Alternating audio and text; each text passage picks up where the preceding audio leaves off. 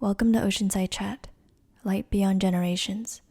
Oceanside Chat is a podcast series that features stories of veterans in the industry that exemplify light qualities, which are leadership, innovation, technology, and entrepreneurship. Our guest speaker is Chiu, who is the founder and CEO of Enya.ai. He has more than 20 years of experience in building and investing in enterprise startups. Time to get your feet wet in the business world and join us down by the water as we have an Oceanside Chat.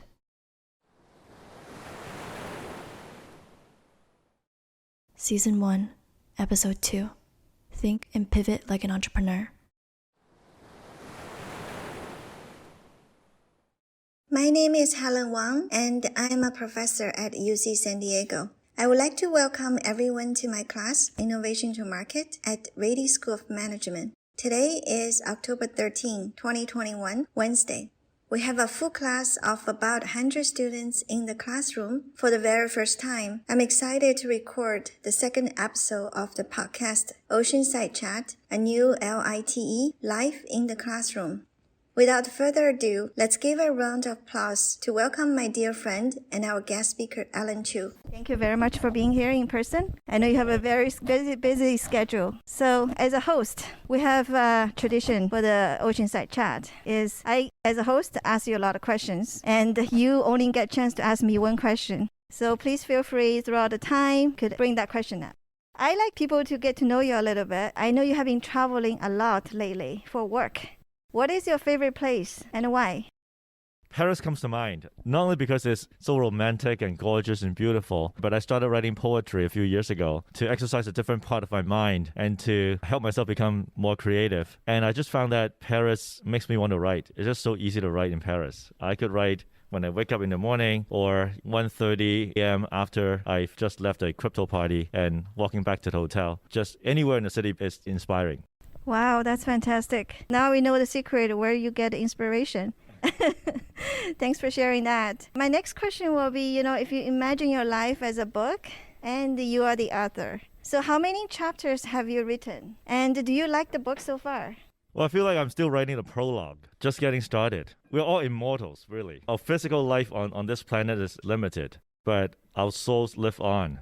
And so compared to eternity, all of us are just getting started, whether you're like a baby or 100 years old. I think I'm still writing the prologue. Oh, that's wonderful.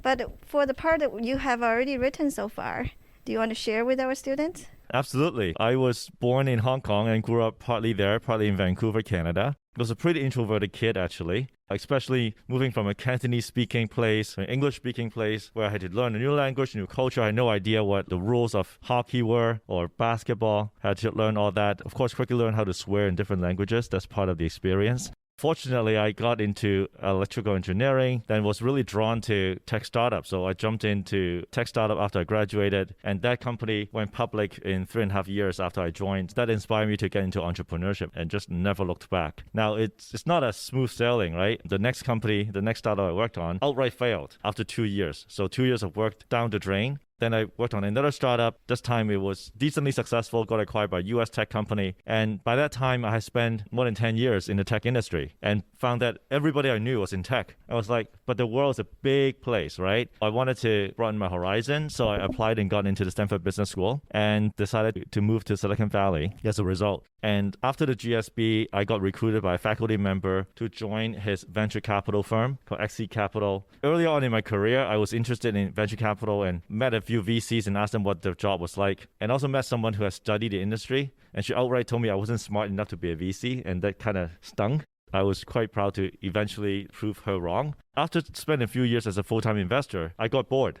I missed the days of shipping products and building companies. So I decided to jump back to an operating role. First started with helping on portfolio companies, eventually founding my current one with a Stanford engineering professor, and that's Enya. And after a few pivots, we became a blockchain infrastructure company. We've just launched the mainnet of our Ethereum scaling solution called Boba Network. It's gotten a lot of attention from the industry, lots of excitement and momentum behind it. Oh, that's fantastic. Is that the why that you're a superhero in the movie? As I said, I was a pretty shy and introverted kid growing up, so wasn't really comfortable with publicity or even public speaking. But in crypto, mobility is very important, right? People get into crypto for primarily 3 reasons. One's to make money, 2 is to have fun. 3, they believe in decentralization. So that's probably why we chose to call our product Boba Network, because it's a fun name. People love bubble tea. Who doesn't like bubble tea, right? You always smile when you drink bubble tea. So we want people to smile when they use our product too. Our community has really warmed up to that brand, and they like to have fun. So they started making all kinds of memes around bubble tea and also Boba Fett. They've created Telegram sticker packs with Boba Fett drinking bubble tea, Baby Yoda drinking bubble tea. So I started promoting our project more and more. They wanted to have fun with my face, so they started putting my face on The Rock, Gladiator, Iron Man, He-Man, all kinds of characters. And I'm like, okay, this is fun, kind of enduring. I'll just roll with it. I see. So far, what is your favorite character? Iron Man for sure, because as an engineer, I love gadgets. Yeah. Wow, that's fantastic. Could you tell us some of the success, some of the hardship that we may gone through as a venture?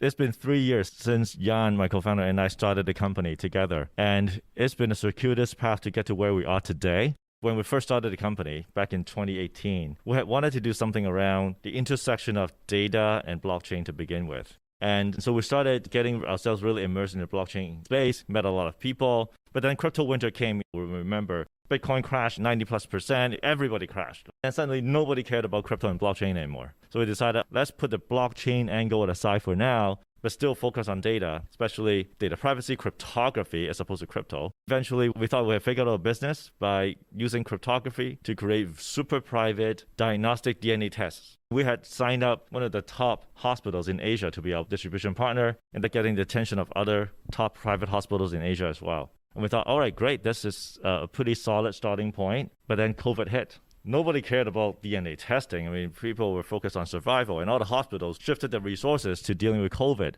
The business that we thought we had found completely disappeared. And we had 8 months of funding of runway left in our company. So we quickly cut all the expenses that we could cut and had to figure out what do we do, because we had no idea how long COVID was going to last. So we pivoted our technology to develop a privacy-focused COVID symptom tracker, and fortunately found an emerging mobile social network, also happens to be in crypto, and they have a really vibrant user community. And we leveraged that platform for distribution to launch our COVID symptom tracker, which took off and grew to something like 13 million users in 91 countries. Pretty amazing. And based on that traction, we were able to raise more funding, extended the life of the company. But then eventually, COVID is going to end. So we still need to figure out what do we do after COVID. We took the core of our technology, which is still cryptography, specifically the ability to analyze post-encryption data.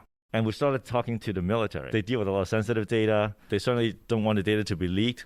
And in addition, they would not want there to be any possibility of adversaries being able to inject false data into the data stream and mislead them and lead them to make wrong decisions. So we started having those conversations and got into the incubation program run by Northrop Grumman, a major defense contractor. But then at about the same time, those early relationships that we built in crypto started coming back as DeFi summer happened last year and crypto prices started rebounding. And we came across an opportunity to take over a crypto project that was widely considered dead.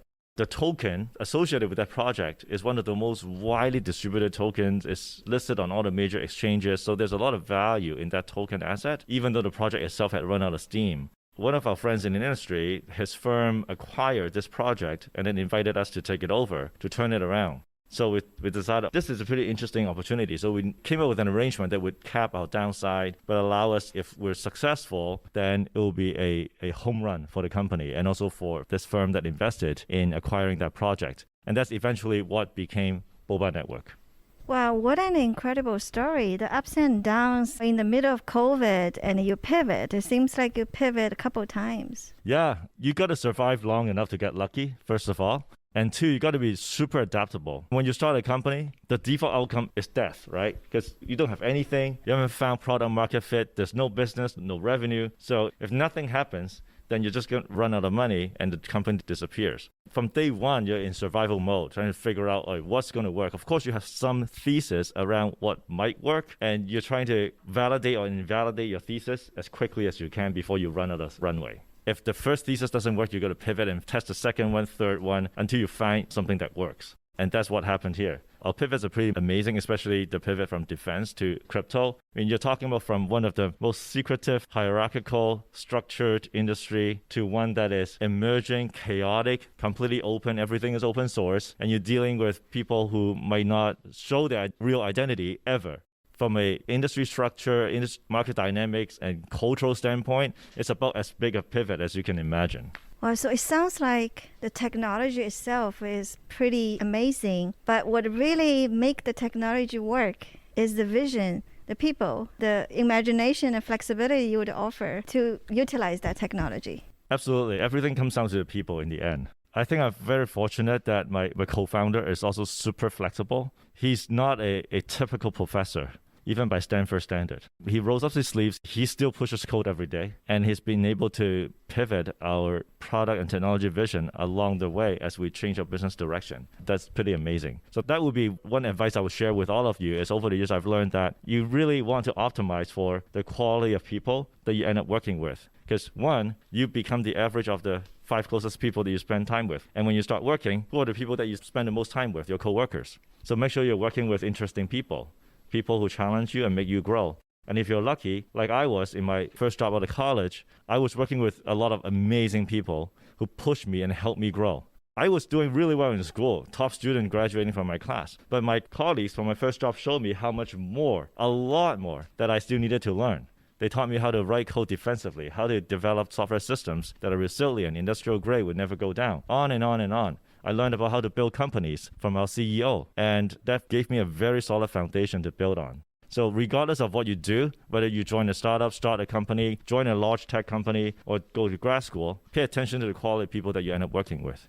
That's amazing. I think the people element of a successful venture, it's got to be very important. So now you're the CEO of the company and you're the co-founder as well. So what is your number one responsibility as a CEO? Never want to run out of money. Keep holding the vision of the company, and not just for the business, the product and technology, but culture. What do we stand for as a company? And what kind of environment are we creating for our team? Because the culture that we have within our company will naturally project outward towards our community and our users and our partners. What makes or break the culture comes down to people, right? So pay real close attention to who I bring onto the team, who we bring onto the team, who we put into leadership positions, because that sends a very strong statement to the rest of the organization, what you're celebrating, what you value. If you find someone who's not a fit, make those decisions quickly and part ways. It's better for both sides. So I hear both the visible part of it, which is the money, the fund, right? Number one priority for the CEO to make sure that's healthy. The number two seems like the invisibles, the culture, the people. How do you get the right people together, right culture moving forward with a vision? That's amazing. Well, that's a lot of work, but that's very, very critical for the longevity of the organization. It's also what makes the job fun. Yeah, absolutely. So I know you've been traveling a lot for work. Why do you have to travel, and what are the purpose of those trips? During COVID, all the meetings were online, virtual, video. And what I found is these meetings are okay for initial introductions, for maintaining existing relationships, but they're insufficient for really building new relationships, new partnerships. It still could be done, but slow. So when the world started opening up, I still remember considering whether to go to Miami in June for the Bitcoin conference. And I thought, well, we're not really in the Bitcoin world, we're in the Ethereum world. Should I go, should I not? But over time, more and more people were asking me whether I would go or not. So I thought, all right, I'll just go and see what it's like. Wow, what a difference. I was able to unstuck a lot of partnership conversations by meeting with people in person. And also because we've just been isolated for so long, even in a business settings where people in the past would be mostly transactional, that very first in-person conference after a long time felt very different. Like the whole industry was just happy to be together in person again. By going to Miami, I found out that there was something cool happening in Paris in the following month around Ethereum. So I went there, and again, the same experience happened. It really pushed a lot of our partnership conversations forward. It really accelerated our growth, which is why I've been traveling more and more. I see. It seems like the partnership, the in-person, the relationship, the maybe building the trust, that really worked. That might sound counterintuitive, especially for an industry like crypto, where yes, on one hand, a lot of times you may be working with people who may not even show their real identity, like they're anon forever. When they speak at industry conferences, they speak through video without showing the face and with the voices modified. But on the other hand, there are a lot of projects that are led by known people. And if these projects are successful already, their code might be managing billions or tens of billions of crypto assets. As a result, you can imagine how many scammers would try to partner with this project to take advantage of them. So they become, over time, more and more cautious about who they truly partner with and who they can trust. And so it makes a real difference when I show up repeatedly so that they get to know me as a person, as a human being, to build that trust. Wonderful. So if you're okay, I'm going to pivot a little bit because you have so many more stories and experience that you could share with us. So you're the co-president for Stanford Angels and Entrepreneurs. Could you tell us a little more about that? Stanford Angels and Entrepreneurs is an alumni club. So we're part of the Stanford Alumni Association. It really was created as a way to help build the Stanford alumni community by bringing together Stanford alums who are passionate about the startup ecosystem, who are investing actively in startups or building startups, or care about using technology for the good of the society. It's been around for 10 years now. We've grown to more than 2,000 members just in the Bay Area. There are now affiliated chapters around the world in India, the UK, and around Southern California, LA, San Diego. It's become a global syndicate of Stanford Angel alums who are investing in startups and also building startups. Wow, so you have a community that when you have an idea, you bring to that community, and the community is well connected because of alum relationship. And so people pitch in that kind of event, or? We have a pitch event every 2 months featuring roughly 8 to 10 companies usually. SoFi is actually one of the first companies that we backed. It's now roughly around $16 billion last I checked. Founded by 3 of my classmates, actually, out of the GSB. I raised funding from the Stanford Angels community as well for my company. Wow, wonderful. That sounds like a beautiful story. Come from the community and give back to the community the same way. You were also a partner at Exceed Capital, so you absolutely on the investment community side and looking at the different opportunities. If you combine your expertise at Stanford and as a partner at Exceed Capital, as well as now you're the CEO of this company, you must have received the pitch and give pitch on both sides of the table. So could you share your perspective about both sides and what our students should be aware of that? First of all, you've got to have a really pithy headline that grabs people's attention. I'm not saying that you need to be hyperbolic, but it needs to succinctly capture what you're building and why it's compelling. In our case, for Boba Network, we tell folks we make Ethereum faster and cheaper. And that's because Ethereum, while a lot of people use it, it's expensive and it's slow, right? So immediately we've established our relevance. Now, depending on the audience, I'll add a little bit more to it because we're not the only player that's making Ethereum faster and cheaper. So if I'm speaking with an investor who's knowledgeable about the space, they'll add on a little bit more about how we're different than our competition. But it's just a few words. You want to get the core idea across because everyone has very short attention span, as you know, especially investors, because put yourself in their shoes. They get pitched all day long, like literally all day long. That's their job. Assume that you only get about 10 seconds of their attention. That's a shot. And if you can't get their attention in the first 10 seconds, they'll start tuning out. They will still stay with you for the conversation to be polite, but you've already lost them. So you got to grab people's attention in the first 10 seconds, which is really hard, I realize. So there's a lot of value in testing how you pitch yourself, how you get across your core idea, and why you are the best person to make it happen in the first 10 seconds. When I fundraise, especially like during COVID, for example, in the early days of COVID, it was hard to fundraise. Later on, it became much easier. I joined this thing called Lunch Club, and I would keep saying that I'm fundraising so that I could get connected to investors. Not necessarily because I want to fundraise directly from them specifically, but just to test different ways of telling the story. By jumping on these video calls, I could watch their facial expressions and see what's resonating, what's not, what's grabbing people's attention. I would have a lot of these video calls throughout the week to test different ways of telling the story until I started seeing a pattern of a way of pitching that was resonating. And that's when I started using that narrative with investors that I really care about that I wanted to bring on. So practice, experiment a lot. Do you actually know who are the audience before you go into the room? Yeah. Yeah? So you have to do your homework. Always. Do they know a little about you already? The background of Alan, this company, or they don't know much? It depends on how diligent they are. Of course, the more homework that they have done, the more respect I will have of them. But I also realize everyone is busy and not everyone would have time to do a lot of homework on what we're about. So I'm always prepared to spend 10, 30 seconds to really give a concise summary of where we're from. If they've done some real homework and come prepared with really thoughtful questions, definitely I'll put them higher on the list of investors that I would like to partner with. So it's very interesting. I feel like less is more. This is a classic user case. Not to put you on the hot seat, could you maybe demonstrate to our students that how do you normally do that, the pitch to the investor as a CEO of Enya? So what we're building is Boba Network, an Ethereum scaling solution that makes it faster and cheaper. But not only that, we enable developers on Boba to do more, to do things that they can't do on other networks. They become superheroes. Okay, so I'm not an investor per se, but I captured a few keywords, right? Faster and cheaper and more. Yeah, and those are the keywords I want them to remember. Yeah. And actually, everybody understood those, right? Very tangible value. Yeah, keep things simple and stay away from jargons. I see. Very interesting. Thank you very much for sharing that. You have been in this investment community a lot time, and you kind of investing and building those enterprise entrepreneur venture as well. What has worked for you sitting on the bench of an investor? Like with all this experience you had, what has worked, what hasn't when entrepreneur come to you to pitch? The pitches that work best are the ones that start with a very concise headline about why it's compelling, and then they expand on it in a very easy to follow, logical way that makes you feel like success is inevitable. And they embed the personal story in the narrative such that you feel like this is the best entrepreneur to make this happen because there's strong founder market fit. So these are often the best pitches. You want to bring your investor audience on a journey. Imagine you're the director of a Hollywood movie. You start with your pitch with a trailer that really grabs people's attention so that they want to spend more time with you and actually follow through the story.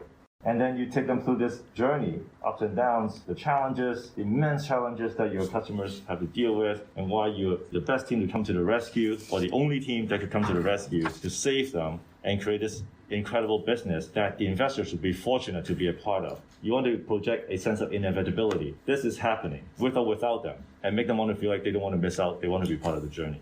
So create a scenario for them to see themselves in that and make it work that way. Yeah. I see. Perfect. We are in the class of innovation to market, right? So very much emphasize on entrepreneurship.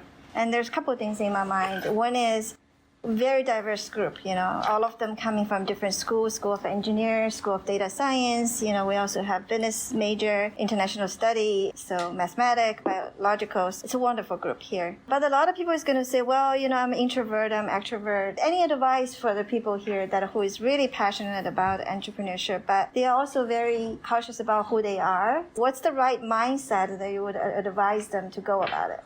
Over the years, I've met a lot of successful entrepreneurs. They come in all shapes and sizes, and all kinds of personalities, and all kinds of backgrounds. So don't typecast yourself or constrain yourself to a narrow notion of who you are. Anyone could be a successful entrepreneur. It doesn't mean success is guaranteed, but anyone could be successful. So that's something to remember. You are also early in your career, and like I said, even you're 110, you're still just writing your prologue, right? Your identity is actually very malleable. You continue to grow and evolve. There's always a new you that is emerging because you are taking on new life experiences. But oftentimes we are held back by who we think we are, and often struggling to recognize and embrace this new emerging identity that's always evolving. What I would encourage you to do is not constrain yourself as to what you could do, and two, to pay attention to the new you that is emerging, like the new things that you're learning, new people that you're meeting, and that your identity is not one fixed thing. Not only does it change over time, your identity is also contextual, right? And how you show up in school, in family, at work, or even in different types of work settings is very different. And those are all different identities. Don't just think that, I'm an introvert, then I got to act and behave a certain way, or I'm going to lack certain gifts, or I'm an extrovert. I'm a kind of weird guy where I'm an electrical engineer who writes poems and likes photography and end up being a crypto Iron Man meme. How do you put me in a box? So don't put yourself in a box. You can do a lot of things that you can't even imagine today. Well, be very flexible and seek the right opportunity to grow and explore and think outside of the box. That's fantastic advice. What made you decide to work in crypto? Why did you feel there's potential in the market? What's really exciting about crypto is not just the cryptocurrency aspect, which is what gets a lot of media attention, but putting crypto in the context of the whole decentralization movement, Web3 and DAO. DAO, DAO stands for Decentralized Autonomous Organization, which is an emerging new way of organizing labor, organizing work. It enables anyone from around the world to contribute to a crypto project and get rewarded for it without necessarily revealing who they are. which means whether you are 13 or 30 or 60, regardless of your gender or race, people don't even need to know that. What matters is what you bring to the table and the contributions that you can make. And as the ecosystem continues to evolve, you can contribute to crypto projects, even if you're not an engineer. Certainly coding is still a big part of it, but you can contribute to a project by being a strong influencer, or by being very good at distilling ideas and writing proposals that would get discussed and debated within the community of specific crypto projects. Or you can help get strong proposals passed by being a DAO politician to galvanize opinions. And these are all valuable contributions that anyone could bring to the table. It's about as close to a meritocracy as we can get. Think of it as a scalable digital version of co-op. And crypto, putting in that context, provides the economic incentives to make that kind of model workable and scalable. That's why I'm excited about working in crypto. So earlier on, you shared the 3 reasons why people is interested in crypto. And I remember one of the reasons was being cool. What do you mean by that? Well, having fun. I mean, we all want to have fun, right? Of course. Ultimately, we're all pursuing happiness. Doing something makes you money and brings you joy at the same time and helps you realize a mission that you believe in, then it's pretty hard to beat that combination.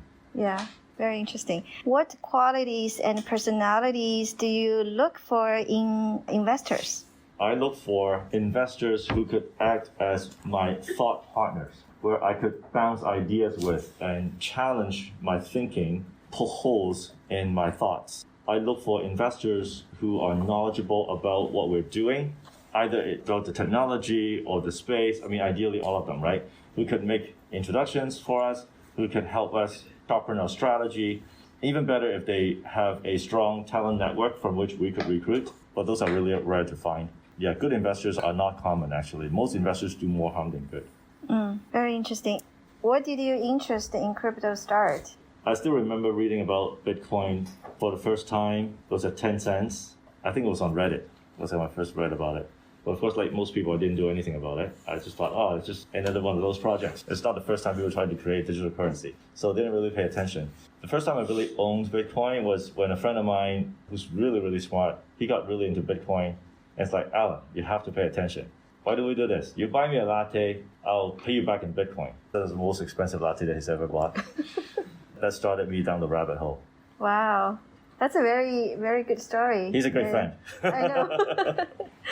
Awesome. Why did you pick ETH? ETH or Ethereum. First of all, we really believe in the potential of a decentralized compute platform, and Ethereum is the one that has the most traction. If you measure by the amount of crypto assets on that platform, it's got more than $130 billion, more than 10 times the next closest competitor. A lot of people say, well, but Ethereum is slow, it's expensive. Yes, both true. But think about this. If it's so expensive and so slow and so crappy, yet it's still number one, imagine what's going to happen to the ecosystem if we could blow away those limitations. And that's what we're here to do. And as an investor, always pay attention to product market fit, especially crappy products that have product market fit. You're like, wow, they're doing something right, even though there's so many things wrong with it. You got to pay attention when something is taking off like that. So that's why we picked Ethereum. We thought it already has very strong network effect, and we could address their core limitations. And going beyond faster and cheaper, like I said, we're here to help developers do more on Ethereum by helping them implement much more sophisticated algorithms. We're just going to help scale Ethereum by several orders of magnitude.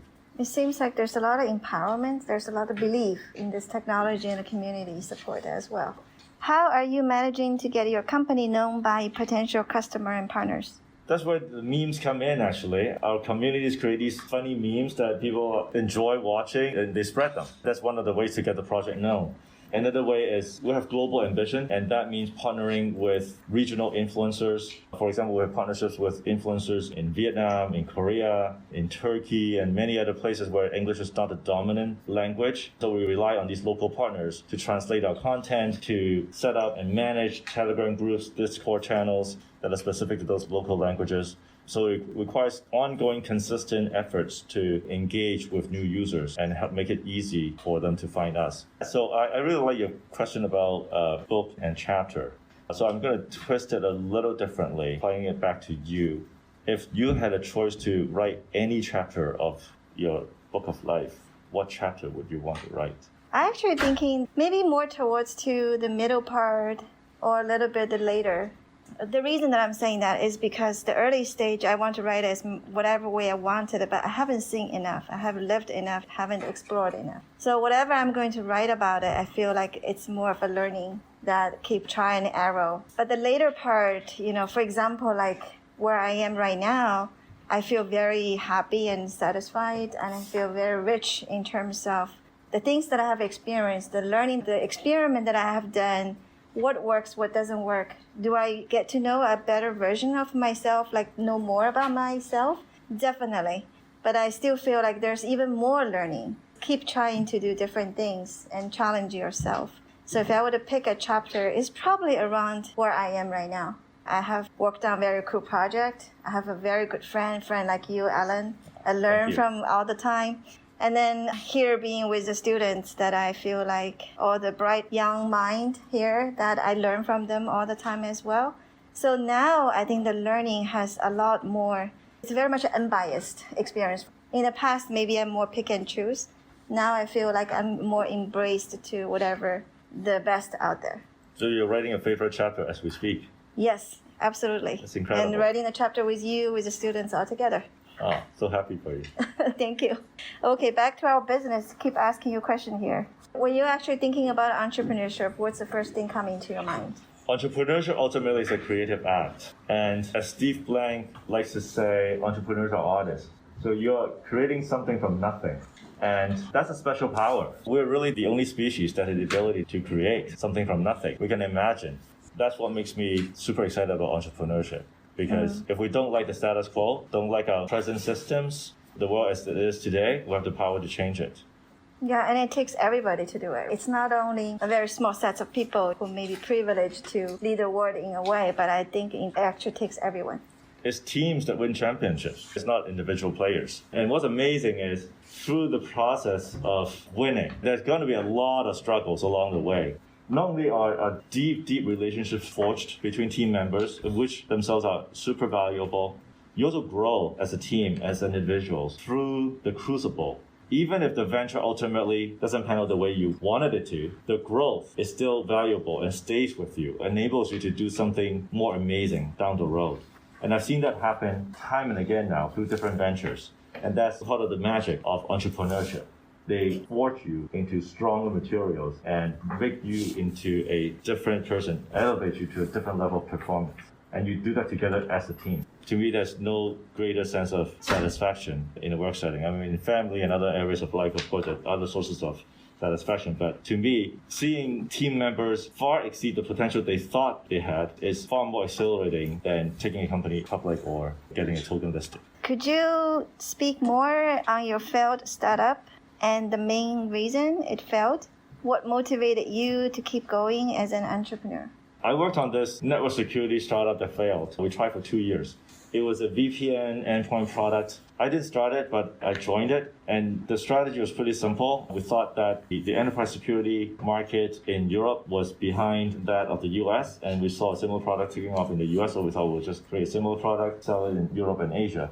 But I was still early on in my career and wasn't very thoughtful about market entry strategy and differentiations. I mean, in hindsight, it was obvious it wasn't going to take off because creating a copycat product, you're always going to be playing catch up to begin with. And to win, not that copycat products can win. We've seen a lot of copycat products that win. But usually they win by distribution, having some other advantage. They're not innovating on the product side, but they have a marketing or distribution advantage. Well, as a startup, we didn't have those. So there was really no good reason for us to really win on the market. So I learned a lot about what not to do through that experience. So going back to my point, even if things don't work out, if you're learning, if you're growing, you're still going to benefit from it. You're still going to be better off from it. Throughout my career, I've always liked taking asymmetric risk, meaning if you're taking on an opportunity where the downside risk is capped, it's limited, but upside is virtually unlimited, then it's a pretty good bet. A lot of startups are like that because if you're getting paid, your living expenses are being met, and you're working with interesting people, you're learning from them, you're learning from the experience, then your downside is pretty much capped, right? Your downside is, all right, I'm going to spend a year or 2 years on this. If it doesn't work out, I'll just move on and do something else, but I will have learned a lot from that experience. That's the base case. But if it works out, then it becomes a hyper-growth story. You learn a lot more about what it takes to build, scale a company, and also having worked on a high-growth startup, will have a halo effect on your career. They'll open up a lot more doors down the road, whether you want to start your own company, raise capital, or jump into another high growth startup. The upside is like amazing. Wow, that's a very good answer. And very good advice for our students as well. That's one version that how could they think about their future. Another question about the book. We're in the theme of book today. What is your favorite book that giving you most personal growth? Wow, there's so many. Maybe you can have a couple. Yeah, I'll go back to one that's called The Art of Possibilities. It's not a new book. It's been around for probably 20 years by now. But it opened up my eyes to jumping out of either or dualistic thinking and start thinking a lot more about yes and looking for the third way, the fourth way, the fifth way. Oftentimes we get stuck in, should I do this or should I not? Kind of yes-no decision. Or I either take this path or that path. The reality is the world is full of possibilities. And we're not just talking about career or relationships, talk about how we manage disputes amongst friends or family members. Oftentimes there are many more ways than the one or two options in front of us. But we become so myopic in the options presented to us or the questions that have been framed for us that we lose sight of the possibilities. So that book really opened up my mind. Thanks for sharing that. Share one more? Yes, please. So this one's more personal. It's called The Inner Voice of Love. I went through a period of depression when I was younger. A very good friend of mine gave me this book to read, and it's written by a Catholic priest that's passed away. And he went through a period of depression. He's a very well-known spiritual master. And this was actually his journal during that time when he was struggling and eventually recovering. That book played a huge role in my own recovery.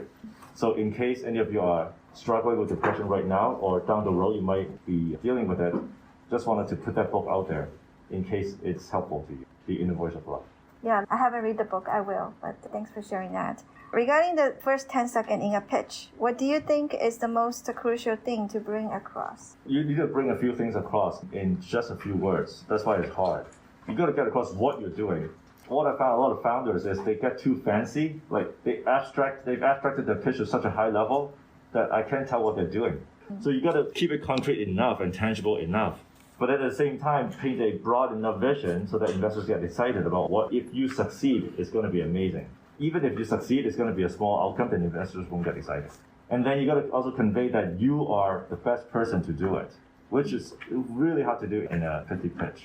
When I talk about Boba Network, and if the other person doesn't know me, I would mention that I come from a distributed systems background. I've built a number of companies based on distributed systems, and that gives me the credibility to now work on a blockchain scalability project. You know, it's really hard within a few seconds that you got to mention about what is this technology or the product you're talking about. Why are you the right one to do it? As well as how do you differentiate that your product with everything else going on? That's a very big challenge. Yeah, that's why you want to go through a lot of iterations and test different narratives. Yeah. You mentioned about this product market fit earlier. Could you give us an example that how do you actually test that? Well, product market fit, you know it when you see it. And what they mean by that is when you feel like the market is pulling your product, like you're not pushing your customers or users to use it, they are naturally adopting it, and to the point where you're struggling with scalability challenges, that's when you definitely have product market fit. In the case of Boba Network, we're in the middle of switching some of the core components of our network, so we've asked our developer partners to hold off on deploying. Yet our community believes in the project so strongly they've already started moving their crypto assets over to our network in anticipation of these projects being launched. We've announced who are going to be launching, so they know what they will be able to do on our network. And they've already started $40 million, already moved over to our network since we launched 3 weeks ago, even though there's literally nothing they can do yet.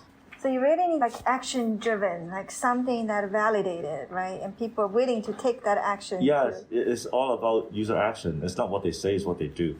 Yeah, that makes a lot of sense. So what resources do you recommend? Someone who is just to learn about the industry.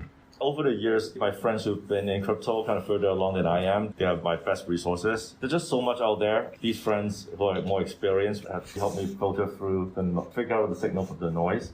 Crypto has become such a large and diverse space now. It's really hard for any one individual to become an expert in all of its different aspects. There's first of all the technology involved, and that alone has become really sophisticated. You can start by reading what Vitalik is writing about Ethereum, following the Ethereum research group, what they are writing about. One of the good things about crypto is all the innovation is out in the open. The code is open source, and even before code is written, people often debate on Twitter or they write proposals that they post on GitHub. Anyone can read. You can learn a lot just by following interesting people on Twitter and then reading. Beyond the blockchain infrastructure layers and the technology involved in those layers, then you've got decentralized finance or DeFi applications of many different flavors. To become an expert in DeFi, you got to understand financial engineering as well as technology and social dynamics, because there's the community building, behavioral economics aspects involved as well. And then you move over to NFT world, which can be segmented into like arts and collectibles and entertainment, and using NFT for financial applications or tying them to physical assets. Each individual segment is deep in its own right. When you're just starting out, maybe pick a subset of those topics that you're interested in and just start reading and see how deep you want to fall into the rabbit hole. I see. There's a lot of startup out there these days not really profitable. I mean, it takes them a very long time to be profitable too.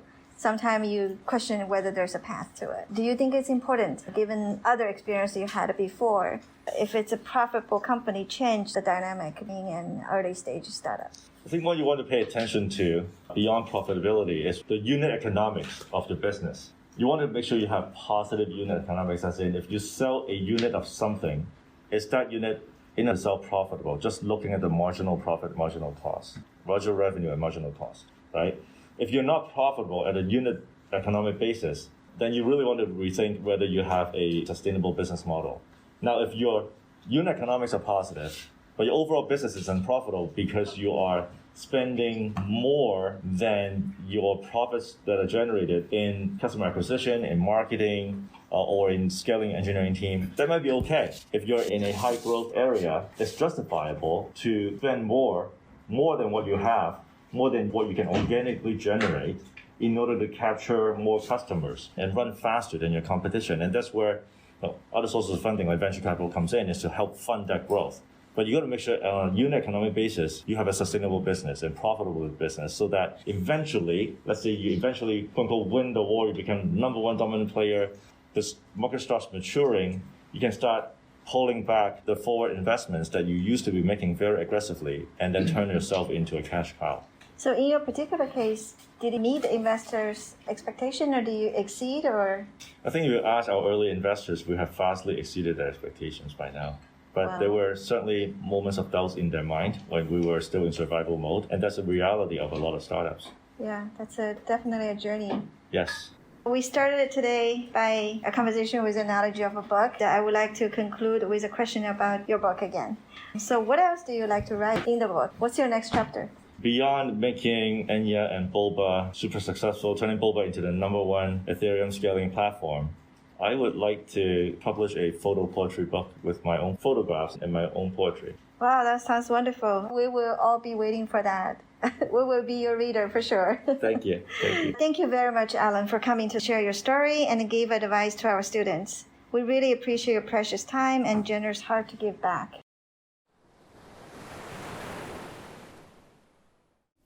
Thanks for listening to Oceanside Chat. We hope you enjoyed this conversation. If you liked it, please share this podcast and stay tuned for our next episode. We'll see you later.